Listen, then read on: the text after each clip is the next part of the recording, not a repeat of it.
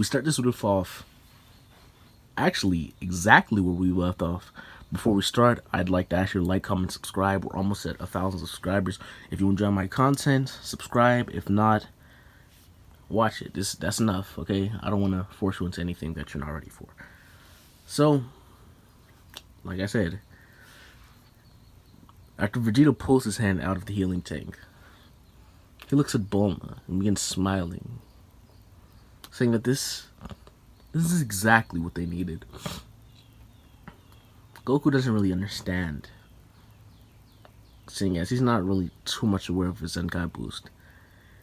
And Vegeta, still annoyed at Goku, lunges at him and knees him right in the face, begins beating the shit out of him.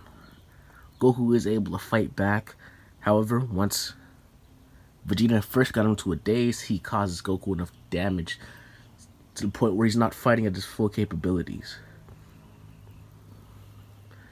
Nappa, catching on to what Vegeta's doing, pounces at Raditz, who tries to run away, but Nappa's just stronger and faster. He begins giving him a beating that he'll never forget in his life. A beating that will keep him up at night. Bulma's pretty shocked just from the brutality.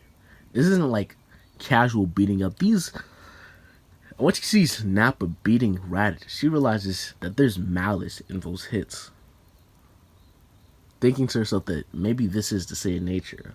This brutality and this violence. Eventually, Goku's able to get the upper hand once he actually grabs Vegeta's tail. This doesn't really slow Vegeta down, but Goku rips it off, causing Vegeta some pain, and he has to get used to balancing without his tail. And they continue fighting. However, this is where Goku shines, with Vegeta at a disadvantage, and him not, although he is a bit injured, he's still in full control of his facilities. So he pounces on Vegeta and kicks him in the back of the head and begins pummeling him into the ground. Vegeta gets more and more angry, to the point where he's even willing to launch a killing blow on Kakarot. Goku's able to dodge this just barely, with it grazing his stomach, causing him to bleed quite a bit. Once Goku starts bleeding, Vegeta pulls himself up and pounces on Goku, kicking him right in the wound, causing him to snarl in pain. And Vegeta at this point isn't inside his right mind. His eyes are wet with rage and he begins beating on Goku. Goku also begins getting angry and headbutts Vegeta, causing both of their foreheads to leak blood. And they continue going. We cut to Nappa and Raditz, with Raditz barely conscious and not even able to stand up, falling from his feet. But Raditz did a good thing. He was actually able to catch Nappa off guard and hurt him a little bit before collapsing. Nappa saying after that's finished with, he lunges at Goku, who lifts up his hand and begins putting up some of the last of his energy into a blast to stop Nappa. Goku, in a daze and heavily damaged, along with some head wounds, kind of overestimates the power he needs and punches a hole right through Nappa's side, not killing him, but causing him to spit up blood and begin bleeding everywhere. Goku begins shocked, realizing what he just did. He's not really used to this. He's never done that to anyone. This is when Vegeta senses his resolve wavering and kicks Goku in the head, causing him to firmly plant his face on the pavement, cracking the ground. Vegeta begins smiling, saying that, "I beat you, Kakarot, you goddamn weakling." before promptly passing out. After this, everyone hits the healing tanks.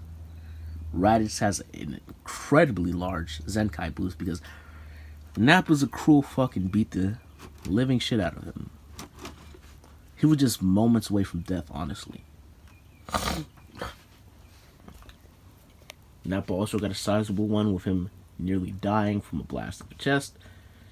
Vegeta and Goku's were also sizable with them basically beating each other to death without making the commitment to finish it.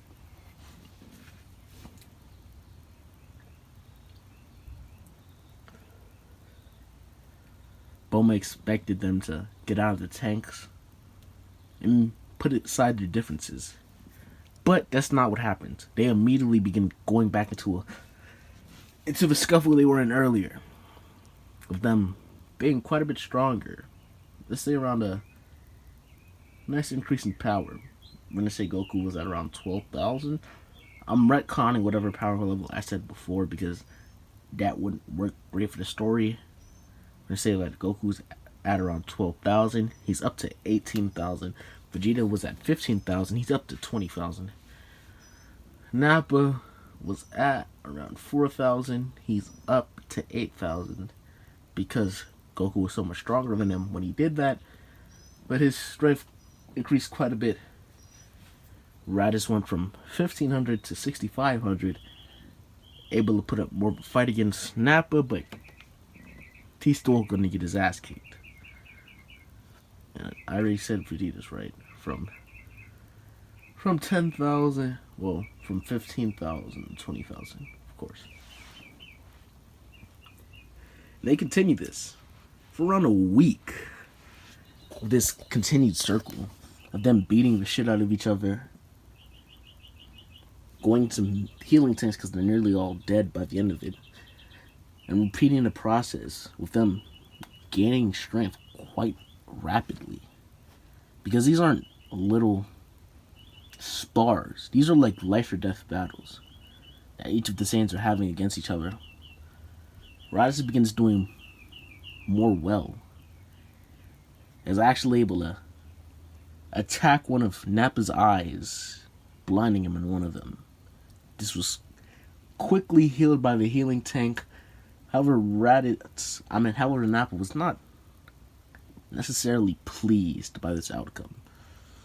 So, after making his way out of the healing tank, he runs after Raditz and begins, well, I could tell you what he's doing, but I'd probably begin kicked off of YouTube.